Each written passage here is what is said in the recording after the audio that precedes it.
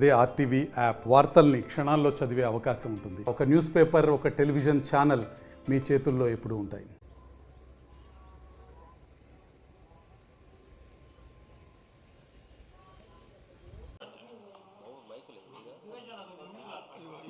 అందరికీ నమస్కారం. ఈ రాష్ట్రంలో కూటమి ప్రభుత్వం పరిపాలన ఈ సంవత్సర కాలంలో ప్రజాస్వామ్య పరిపాలనకు బదులు ఆటవిక పరిపాలన, రాజ్యాంగబద్ధంగా పరిపాలన సాగించాల్సినటువంటి పరిస్థితుల్లో రెడ్ బుక్ రాజ్యాంగాన్ని అమలు చేసే క్రమంలో వ్యవస్థలు ఒకదాని మీద ఒకటి పోటీ పడుతూ ఆ రెడ్ బుక్ రాజ్యాంగాన్ని అమలు చేసే దిశలో చూపిస్తున్నటువంటి ఉత్సాహం కానివ్వండి, తాపత్రయం కానివ్వండి,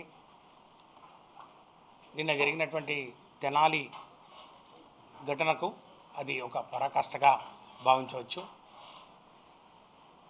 పోలీస్ వారు ఏ విధంగా పూర్తిగా రాజ్యాంగాన్ని విస్మరించి రాష్ట్రంలోని ప్రజానికాన్ని, మరి ముఖ్యంగా వైఎస్ఆర్ కాంగ్రెస్ పార్టీ కార్యకర్తల్ని, అందులోనూ మరి ముఖ్యంగా బడుగు బలహీన వర్గాల వారిని, దళిత వర్గాల వారిని ఏ విధంగా భయాందోళనకు గురి చేస్తూ ఒక పాశవిక పరిపాలన, ఒక వ్యవస్థను ఈరోజు రాష్ట్ర ప్రజలకు రుచి చూపిస్తున్నారో ఆ తెనాలి ఘటన ద్వారా మనకు తెల్లమవుతుందని చెప్పి కూడా నేను మనవి చేస్తూ ఉన్నాను. ఒక ముగ్గురు యువకుల్ని పాశవికంగా, ముఖ్యంగా దళిత వర్గాలకు, మైనారిటీ వర్గాలకు చెందినటువంటి వ్యక్తుల్ని సభ్య సమాజం తలదించుకునేలాగా పబ్లిక్గా అందరి ముద్దు వారిని ఏ విధంగా థర్డ్ డిగ్రీని ప్రయోగిస్తూ ఇద్దరు సిఐలు, ఒక కానిస్టేబుల్, పోలీసు వారు ఈరోజు ఒకరు వ్యక్తిని బూట్ కాలుతోటి తొక్కిపెట్టి అదింపెట్టి పట్టుకుంటే ఇంకొక సిఐ పోలీస్ లాఠీ విరిగేలాగా కొట్టి, పోలీస్ లాఠీలు విరిగితే ఇంకొక కానిస్టేబుల్ ఆ లాఠీలను అందించి ఇంకొక లాఠీని కూడా ఇరగొట్టే విధంగా ఇరిగిపోయే వరకు కొట్టినటువంటి పరిస్థితులు ఈరోజు చూస్తూ ఉంటే, ముఖ్యంగా బడుగు బలహీన వర్గాల వారికి, దళిత వర్గాలకి ఏ మేరకు ఈ రాష్ట్రంలో ఈ కూటమి ప్రభుత్వంలో రక్షణ లభిస్తుందో మనం చూస్తూ ఉన్నాం. దళిత బడుగు బలహీన వర్గాలు, మైనారిటీ వర్గాల ఆత్మగౌరవాన్ని దెబ్బతీసే విధంగా ఈ ప్రభుత్వం వ్యవస్థలను వినియోగించుకుంటూ ప్రజలను భయాందోళనకు గురి చేస్తున్నటువంటి పరిస్థితి. దీన్ని తీవ్రంగా వైఎస్ఆర్ కాంగ్రెస్ పార్టీ ఖండిస్తూ ఉంది. మరి ముఖ్యంగా ఏదైతే ఈ ఘటన జరిగిందో, ఈ ఘటనలో ఖచ్చితంగా నేషనల్ ఎస్సీ కమిషన్ కానివ్వండి, నేషనల్ హ్యూమన్ రైట్స్ కమిషన్, మానవ హక్కుల సంఘం కానివ్వండి, స్టేట్ ఎస్సీ కమిషన్ కానివ్వండి, వారు ఖచ్చితంగా వీటిపై చర్య తీసుకోవాలి. రాష్ట్రంలో గత సంవత్సర కాలంలో దళితుల మీద దాడులు ఉధృతమవుతున్నటువంటి పరిస్థితి చాలా తేటతెల్లంగా కనపడతా ఉంది. అనేకమైనటువంటి ఘటనలను ఉటంకిస్తూ ఈరోజు చెప్పొచ్చు. వాటిని పక్కన పెడితే నిన్న జరిగినటువంటి ఘటన మాత్రం దానికి పరాకాష్ట. దళితుల మీద దాడులు జరుగుతున్నా కూడా ఈరోజు హోమ్ మినిస్టర్ కానివ్వండి, ప్రభుత్వం కానివ్వండి, వారి యొక్క పార్టీ కార్యకలాపాలను మునిగి తేలుతూ ఉన్నారు. పోలీస్ వ్యవస్థ అంతా కూడా అక్కడ ఆ యొక్క పార్టీ కార్యక్రమాల్లో హడావుడిలో ఉండి ప్రభుత్వ మంత్రులు కానివ్వండి, ప్రజాప్రతినిధులు కానివ్వండి, ప్రసన్నం చేసుకునే కార్యక్రమంలో మునిగి ఉన్నారు. ఈరోజు సాక్షాత్తు రాష్ట్ర మంత్రివర్యులు, సివిల్ సప్లైస్ మినిస్టర్ గారి కాన్స్టిట్యున్సీలో ఈ విధంగా దళితుల మీద దాడి చేయడం అనేది ఏదైనా కారణం కావచ్చు. వాళ్ళు ఏదైనా తప్పు చేసి ఉండొచ్చు, లేకపోతే ఇంకోటి చేసి ఉండొచ్చు, వారి మీద కేసు ఉండొచ్చు, లేకపోతే రిమాండ్లో ఉన్నటువంటి వ్యక్తుల మీద ఈ విధంగా దాడి చేస్తూ నడి రోడ్డు మీద వారిని ఎంతో అవమానకరంగా, వాళ్ళ ఆత్మగౌరవాన్ని దెబ్బతీసే విధంగా, సభ్య సమాజం తలదించుకునే విధంగా పోలీసు వారు ప్రవర్తించడం అనేది సిగ్గుచేటు. దీనికి హోమ్ మినిస్టర్ గారు పూర్తిగా బాధ్యత వహించాల్సినటువంటి అవసరం ఉంటుంది. ముఖ్యంగా ఈ సంఘటన జరిగిన తర్వాత కూడా డిఎస్పి గారు ఎక్కడ కూడా ఇది కరెక్ట్ ఇది కాదు, ఇది వారు చేసింది తప్పు, దీని మీద శాఖాపరమైనటువంటి చర్యలు ఉంటాయి, వారిని ఖచ్చితంగా మేము దాని మీద ఎంక్వైరీ చేస్తాం, దాని మీద మరి ఖచ్చితంగా పూర్తి స్థాయి విచారణ జరిగి మరి ఎవరైతే బాధ్యులైనటువంటి ఆ పోలీసు వారు ఉన్నారో వారి మీద చర్యలు తీసుకుంటామని ఎక్కడ కూడా డిఎస్పీ గారు కూడా మాట్లాడినా మరి దాఖలాలు లేవు. మరి దీన్ని బట్టి చూస్తుంటే ఏ స్థాయిలో ఈ రాష్ట్రంలో శాంతి భద్రతలు మరి క్షీణిస్తూ పోతున్నాయో మనం గమనించవచ్చు. ఈరోజు ముఖ్యంగా పోలీసు వారిని పూర్తిగా ఈ ప్రభుత్వ యంత్రాంగం మరిలో భాగమైనటువంటి అతి ముఖ్యమైనటువంటి ఒక వ్యవస్థను నిర్వీర్యం చేసే కార్యక్రమం ఈరోజు మరి కూటమి ప్రభుత్వం చేస్తూ ఉన్నారు. ఎక్కడ కూడా ఈరోజు ఏదైనా అన్యాయం జరిగినా, ఎక్కడైనా ఏదైనా మరి తెలుగుదేశం పార్టీ వాళ్ళు మరి కార్యకర్తల అధికారం అడ్డం పెట్టుకొని మరి వైఎస్ఆర్ కాంగ్రెస్ పార్టీ వారి మీద దాడులు చేస్తుంటే మరి పోలీస్ స్టేషన్కి వెళ్ళాలన్నా కూడా న్యాయం జరిగే పరిస్థితి కనపడటం లేదు. నిర్మోహమాటంగా ఈ రాష్ట్రంలో ఏ పోలీస్ స్టేషన్లో అయినా కూడా పోలీస్ వారి దగ్గర నుంచి వచ్చేది ఒకటే మాట, మీరు రావాల్సిన పని లేదు, పోలీస్ స్టేషన్కి రావాల్సిన పని లేదు, మీరు కేవలం ఏదైనా ఉంటే మాత్రం ఫోన్ ద్వారా మీరు చెప్పండి, మేము చేస్తాం చూస్తాం తప్ప ఎక్కడా కూడా నిష్పక్షపాతంగా పోలీస్ వారు ఈ యొక్క శాంతి భద్రతను కాపాడే కార్యక్రమం జరుగుతున్నట్టు కనపడటం లేదు.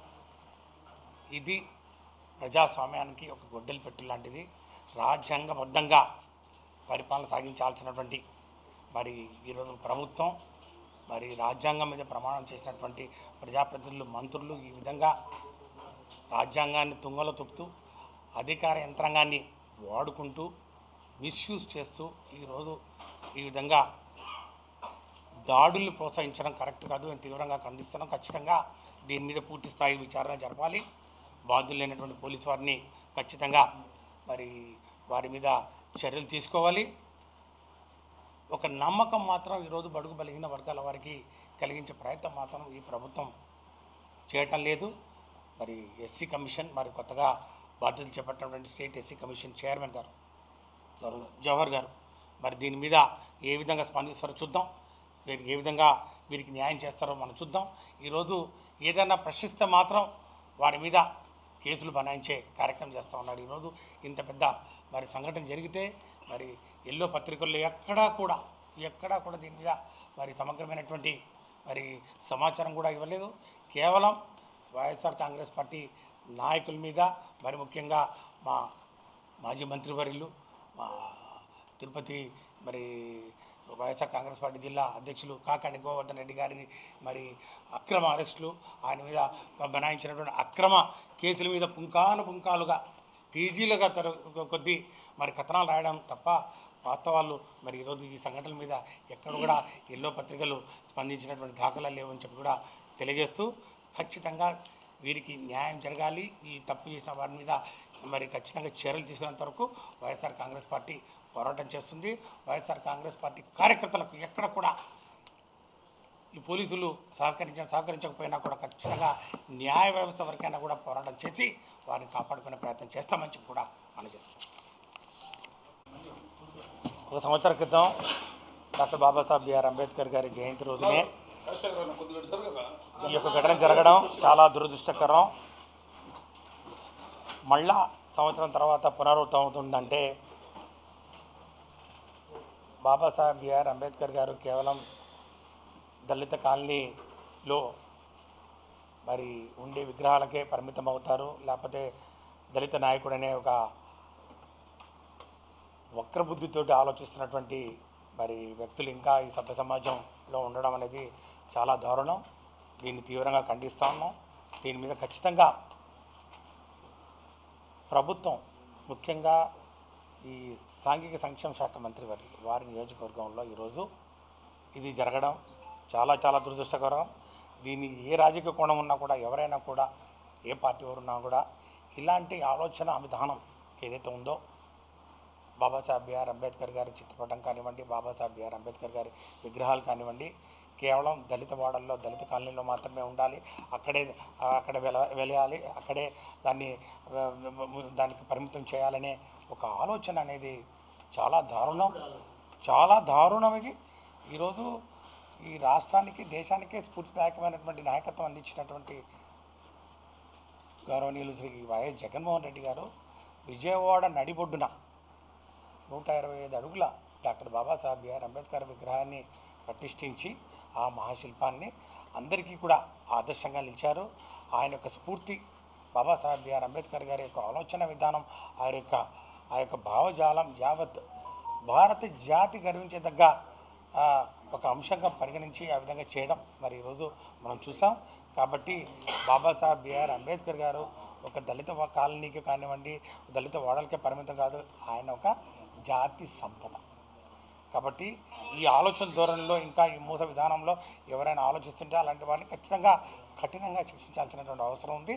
మరి దీని మీద ఇప్పటికే జరుగుమల్లి పోలీస్ స్టేషన్లో కేసు రిజిస్టర్ చేయడం జరిగింది. ఖచ్చితంగా దీని మీద ఎస్సీ కమిషన్ కూడా మరి పర్యటించి వాస్తవాలన్నింటినీ కూడా మరి వెలికి తీసి ఖచ్చితంగా దోషం శిక్షించాలని చెప్పి నేను డిమాండ్ చేస్తున్నాను. మరిన్ని వీడియోస్ కోసం ఛానల్ సబ్స్క్రైబ్ చేయండి. లేటెస్ట్ అప్డేట్స్ కోసం వాట్సాప్ ఛానల్ ఫాలో అవ్వండి. అండ్ లింక్ డిస్క్రిప్షన్ లో ఉంది.